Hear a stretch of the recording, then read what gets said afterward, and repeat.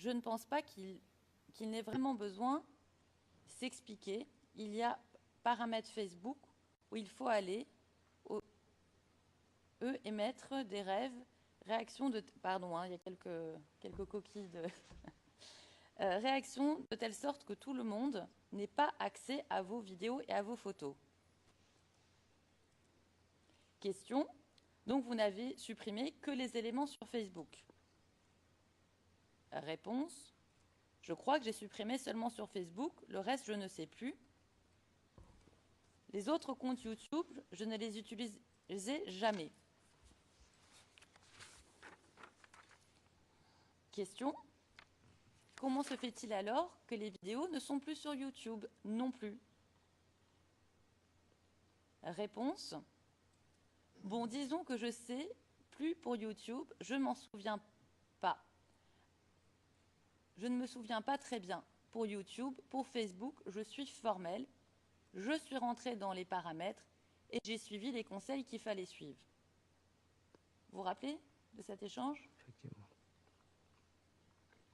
Donc vous nous avez dit hier que vous aviez retiré les vidéos de Facebook tout seul, correct? Oui, je suis conseil de... D'accord. Alors nous avons un document qui nous a été divulgué hier par le bureau du procureur, CIV-OTP-0093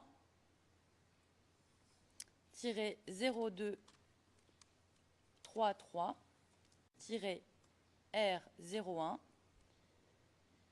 qui est un rapport des enquêteurs daté d'hier, le 3 octobre 2016, dans lequel il est expliqué par les enquêteurs que c'est eux qui vous ont assisté pour enlever les vidéos. Comme le document est en anglais,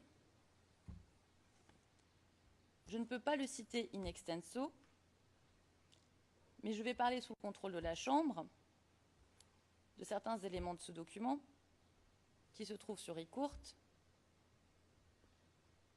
Et ma première question, c'est est-ce que vous vous souvenez avoir été aidé par les enquêteurs du procureur? Et si oui, c'était quand?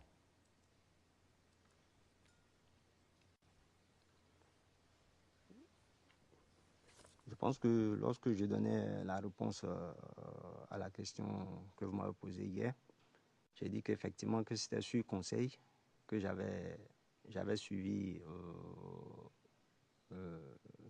le cheminement pour enlever les vidéos. Donc c'était une manière de ne pas rentrer dans tous les détails que j'ai dit ça.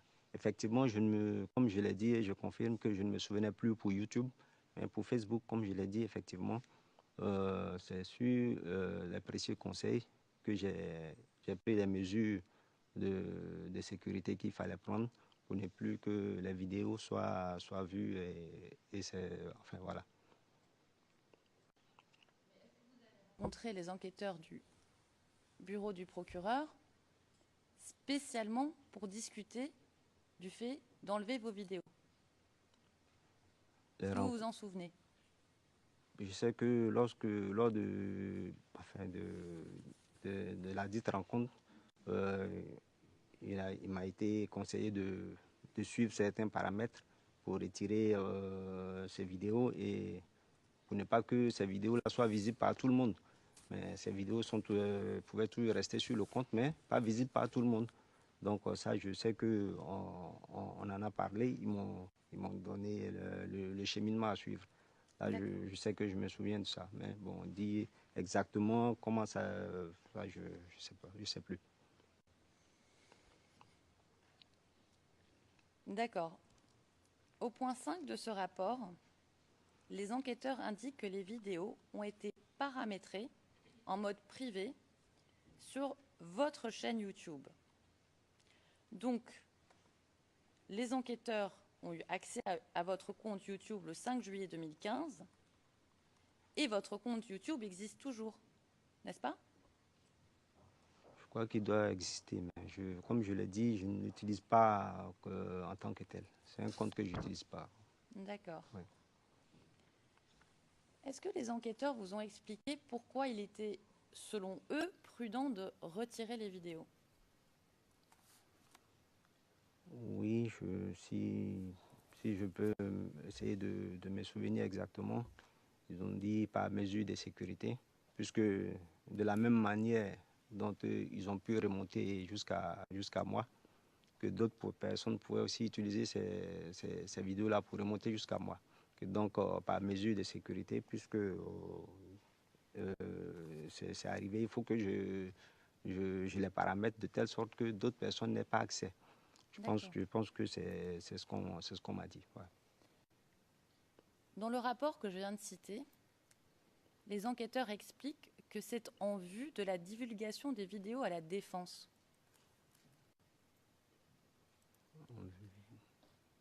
Je ne comprends pas très bien ce que ça veut dire.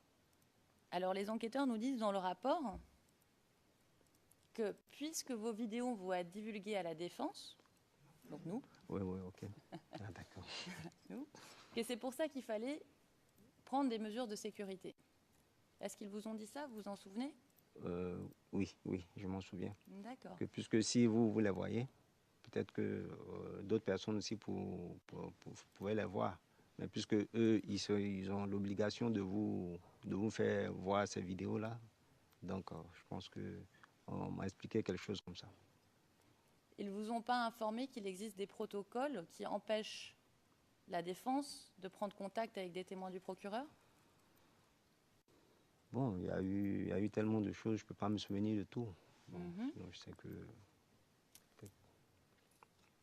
Est-ce que vous saviez que votre identité et votre attestation du 31 mai 2015 et du 7 juin 2015 allaient être divulguées à la défense? Ça, ils m'ont donné, ils m'ont expliqué que ça pourrait être divulgué à la défense, effectivement. Que puisque les deux parties doivent être au même niveau d'information. Voilà. Au même niveau d'information, exactement. Mais si vous retirez les vidéos, oui. Nous, on ne peut plus mener d'enquête. Est-ce que vous vous êtes opposé, je termine ma question, est-ce que vous vous êtes opposé à ce que la défense, de vous-même, est-ce que la défense puisse voir ou accéder aux vidéos? Object, Your Honor. Monsieur Garcia, je soulève une objection, Monsieur le Président. Le Président, Monsieur Garcia. Monsieur Garcia. Premièrement, cette question est complexe. Le Conseil de la Défense le fait régulièrement. Elle commence par un commentaire avant de poser sa question. Cela ne devrait pas être autorisé. Deuxièmement, je ne vois pas en quoi cette question est pertinente. Troisièmement, à ce stade, j'aimerais préciser que le Conseil de la Défense a fait de nombreuses déclarations concernant la manière dont le témoin a changé les paramètres de sécurité s'agissant de son compte Facebook et YouTube. Je crois qu'elle a consacré une vingtaine de minutes à cette question. Et c'est pourquoi l'accusation a procédé à la divulgation de ce rapport d'enquêteur qui reprend les étapes prises par les enquêteurs et le bureau du procureur le 7 juillet. Cela figurait déjà dans la base de données du bureau du procureur et nous l'avons divulgué à la défense lorsque la question a été soulevée. À notre sens, étant donné toutes les questions qui ont été posées à ce sujet, il serait juste et utile pour la Chambre de comprendre la question de manière exhaustive, étant donné le nombre de questions qui ont été posées. Le rapport de l'enquêteur portant la référence CIV OTP 0093 0233, cette pièce-là devrait être versée au dossier, car elle contient de manière détaillée les conversations entre le bureau du procureur et le témoin et ce que le témoin a fait pour changer les paramètres de ses comptes. Je crois que cette question est importante. Le président, eh bien maintenant, cela fait partie du dossier, car cette pièce a été utilisée aux fins d'interroger le témoin, donc elle fait partie du dossier. La deuxième remarque, c'est qu'on nous divulgue un rapport du 3 octobre 2006. Donc ça veut dire que ce rapport a été rédigé à la suite des questions posées par la défense, que le procureur a voulu expliquer sa version des faits. Il a tout à fait le droit de le faire, mais nous avons un rapport du procureur, nous avons le témoin qui est concerné. Notre travail, c'est de confronter les deux versions pour comprendre ce qui s'est passé. Tout le témoignage du témoin repose sur les vidéos. Accessoirement, la défense, il y a des protocoles en place, ne peut pas contacter un témoin du procureur sans respecter le protocole en place. La défense doit pouvoir mener des enquêtes. Si le procureur fait en sorte que les vidéos disparaissent, nous ne pouvons pas mener d'enquête. Quand nous avons essayé, ça a été compliqué. Et c'est un modus operandi du bureau du procureur de cacher les auteurs des vidéos. La vidéo de la marche des femmes, l'auteur de la vidéo nous a été caché pendant 3 ans. Nous avons un témoin qui est ici et qui peut nous expliquer les choses. C'est notre devoir de lui poser les questions qu'il faut. Madame Naouri. Madame Naouri. Le président, Maître Naouri, veuillez poursuivre, mais sachez que le témoin n'est pas un informaticien. C'est la marche qui m'intéresse. Le président. Les techniciens, les informaticiens, ce sont eux qui l'ont conseillé. Contexte. Et il est déjà 11 heures. Je vous demanderai votre indulgence. Ok. On peut faire la pause, sinon maintenant. Je vous demanderai votre indulgence pour 10 minutes après la pause, s'il vous plaît.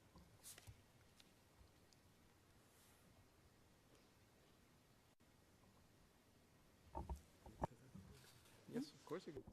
Le président, oui, bien sûr, vous pourrez disposer de 10 minutes après la pause. Monsieur Garcia, avec votre permission, Monsieur le Président, il faudrait que le procès-verbal soit bien clair. Le Conseil de la Défense a tenu des propos et j'aimerais que les choses soient bien claires. Ce que la contradictrice a dit au sujet du rapport n'est pas exact. Je vous invite à lire ce rapport. Nous n'avons pas rédigé cette réponse de la part de l'enquêteur à la suite de ce qui s'est passé ici dans le prétoire. Ce rapport existait déjà. Il existe depuis juillet 2015. Il a été rédigé après que les enquêteurs ont communiqué avec le témoin et lui ont expliqué comment il devait changer ses paramètres d'accès à YouTube et Facebook afin de garder confidentiel son identité. Mais depuis la rédaction de ce rapport, comme ce rapport concernait des questions de sécurité à l'époque, nous avons estimé qu'il n'était pas divulgable. Évidemment, la question du caractère divulgable ou pas d'un document évolue au fil du temps pendant le procès et avec les témoins de la défense, cette question est devenue pertinente. Donc, en dépit de la dimension sécuritaire associée à ce document, nous avons jugé nécessaire de divulguer ce document à la défense afin qu'elle sache ce que contient ce rapport et qu'elle puisse préparer utilement son interrogatoire. Donc, lorsque le Conseil de la Défense dit que nous avons rédigé ce rapport à la suite de la déposition du témoin, ce n'est pas vrai. Vous pouvez d'ailleurs le lire dans le corps même de ce document. Il existe depuis juillet 2015. Le Président, je vous remercie. Madame Naouri. Comme vous le savez, on a demandé, et surtout avant que le procès commence, plusieurs fois à ce que le procureur nous divulgue tous les éléments dont il dispose, PEXO, REC 77, et il l'a dit plusieurs fois qu'il avait revu sa database sa base de données et qu'il n'y avait plus de choses à nous divulguer. Et à chaque fois, on découvre quelque chose de nouveau. Ça aussi, ça doit être dit pour le dossier. Je vous remercie beaucoup. Le Président, oui, nous le savons. Mais cette question ne concerne pas la déposition de ce témoin. C'est un débat que nous devrons avoir s'agissant de la pertinence des témoins en général. Cela ne fait pas partie de cet interrogatoire. Nous allons donc suspendre l'audience et reprendre dans une demi-heure afin que vous puissiez achever votre interrogatoire au nom de l'équipe de défense de M. Bagbo et nous donnerons la parole à l'équipe de défense de M. Blégoudet.